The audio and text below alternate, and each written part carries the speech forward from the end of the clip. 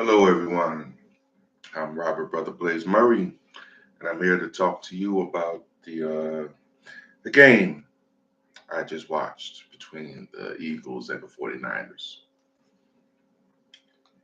Briefly, as I sip my tea to break up my congestion, the Eagles got spanked, man. We got spanked, and we need to own that.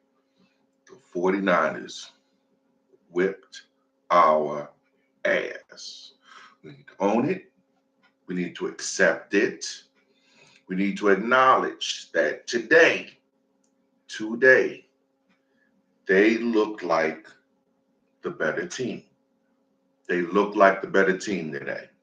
We cannot like that. We might not want to say that out loud. But if we're honest with ourselves and with what we witnessed today, the 49ers looked like the better team.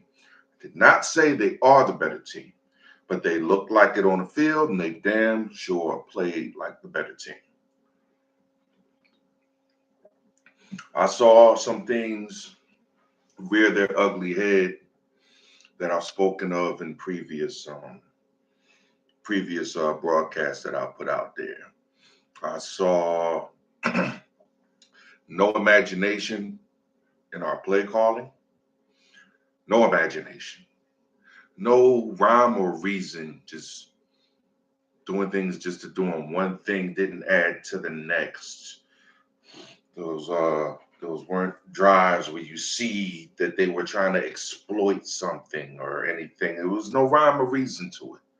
I think this coaching staff got comfortable thinking that knowing that we got the talent to win and we don't need to scheme our way to victory. They think that, our guys are bigger and better than your guys, and they're of course just going to outplay you and make us look good instead of them getting better at their craft so they can better serve the team so that the team can better serve the city. It's a domino effect. That's usually the way these things work. It's funny. Well, it's not funny, but it's just sometimes people overthink things. They want to play checkers with a chess mentality. Sometimes you can overthink things. And I think that's what this coaching staff and this team does in this front office to their detriment at times. When we run the ball as much as we pass the ball, when we have a balanced attack, we win. We win those games when our run pass ratio is balanced, even. We win games. When we want to go pass heavy, when they want to think Jalen Hurts is Brett Favre and throw the ball over 40 times, we usually lose. When we only rush the ball like 15, 16, 18 times, we usually lose those games. Now, I don't know what the analytics is telling them. Now, I understand in this game we fell behind, but you got to understand why we fell behind and why the game got out of hand. It got out of hand because we became one dimensional. You basically take Swift out of the game and limit who they have to worry about to Brown and Devontae Smith. I don't know who they think Kenneth Gainwell is. I do not understand their obsession why Kenneth Gainwell is featured so much in this offense. I don't get it. I don't see it. I don't get it. But they believe in this dude that he's average. And that's being kind. It's being kind. It's not like I don't like Kenneth Gainwell. I just think Swift is a much better running back, and I think Rashad Penny's a much better running back. Cut him if you don't want to play Rashad Penny. I don't understand some of the things these guys do. And the defense play was atrocious. Our defense sucked. We were wet toilet tissue. Wet toilet tissue. Our defense features A defensive line, a good defensive line, and that's it. Our linebackers and safeties are suspect, and our corners have not been playing well. They've had a couple good games this year, to be fair. Couple good games this year, but for the most part, oh man, defense looked real bad today.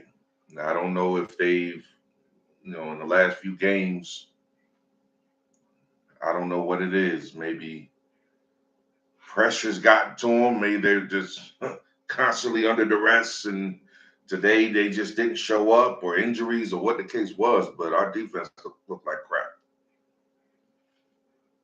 After the two after the first two possessions, we could stop Nathan. It was embarrassing. They should be embarrassed. Here it is. It's not that we lost the game that bothers me. It's the way we lost the game. It's that you didn't fight, you didn't compete, you didn't look like you belonged out there. You looked outclassed in every possible way, and that's unacceptable when you hold yourself to a certain standard. If you're one of the better teams in the league, I don't mind taking the L, but to lose in that fashion on national television, come on, man. That's just that's just a poorly coached team. Poorly coached team. They went out there and they crapped the bed, man. But what this means going forward, it could be just a one game lapse. Yeah, one bad game is not indicative of a pattern. But everything I've said before that will come back to bite them in the ass when they play the better teams, reared the ugly head, the unimaginative play calling, the calling plays that make absolutely no sense, ridiculous plays that aren't going to work, failing to commit to run the ball. So you're basically taking yourself out of one for the game and becoming one dimensional. All these things we just gave the game over. We played right into San Francisco's hands. And our defense, because we don't invest in linebackers or safeties, Reed Blankenship. He don't wrap up when he tackles. He'll make a play and then look like crap the next two or three plays. But he's a fan favorite because he looks good on that one play. He'll go up and hit somebody and knock him down. But if he goes and he hits somebody and he don't knock him down, they go and they make a big play. These safeties and linebackers is just subpar. We need to invest heavily in the defense, and not just the line, not just the trenches. Wow. That game exposed a lot of things that people can take advantage of. That was sad to watch. That watching that game hurt my feelings. But going forward, we can take this game. It means one lapse. Do I think that this is a sign of bad things to come?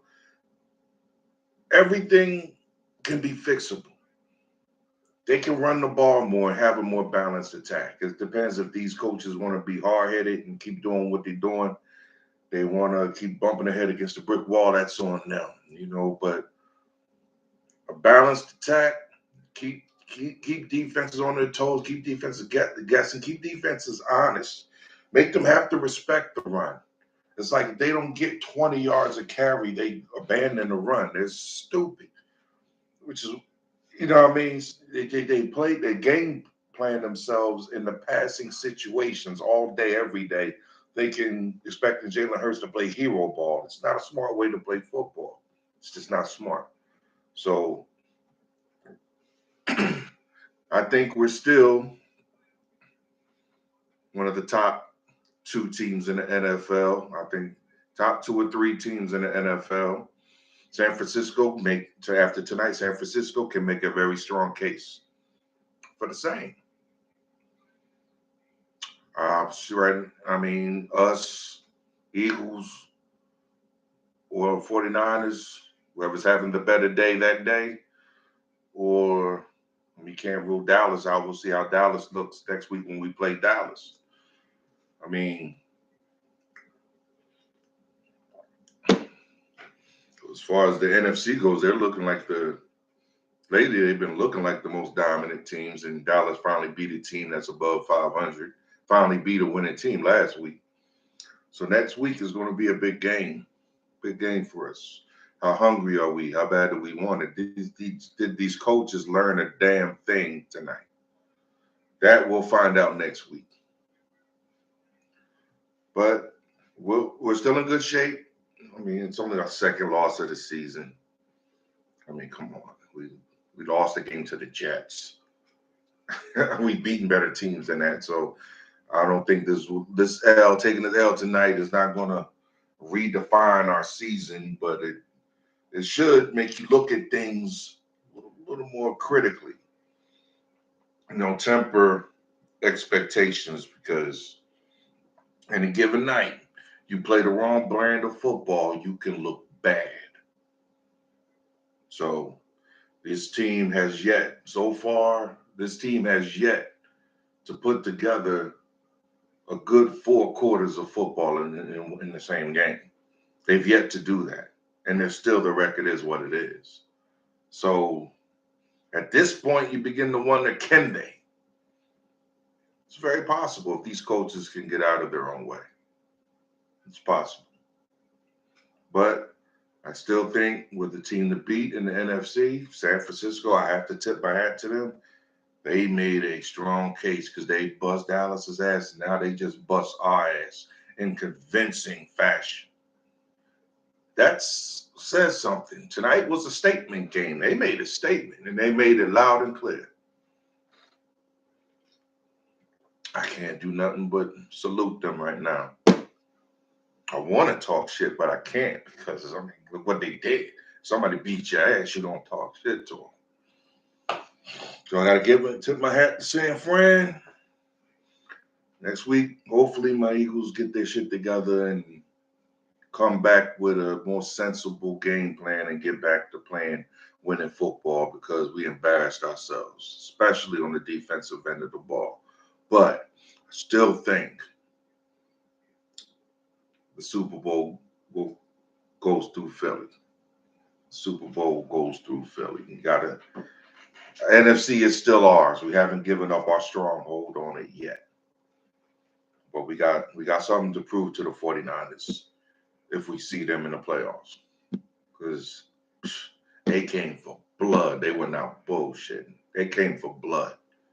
So, I mean, we can't go out there like we some divas playing. We gotta go out there and we gotta be ready to play some smash mouth football. They embarrassed us in our own house, man. No respect. So it's on them. Now we'll see what these coaches are about. If these players are really about it, we shall see. I still believe in this team. I think our chances of going back to the Super Bowl are very strong. I won't say definite, but very strong. I would bet for it before I bet against it. But I will leave you with that. You can let me know in the comments what your thoughts are. We got our ass whooped, but go Birds. Peace, y'all. Talk to you soon.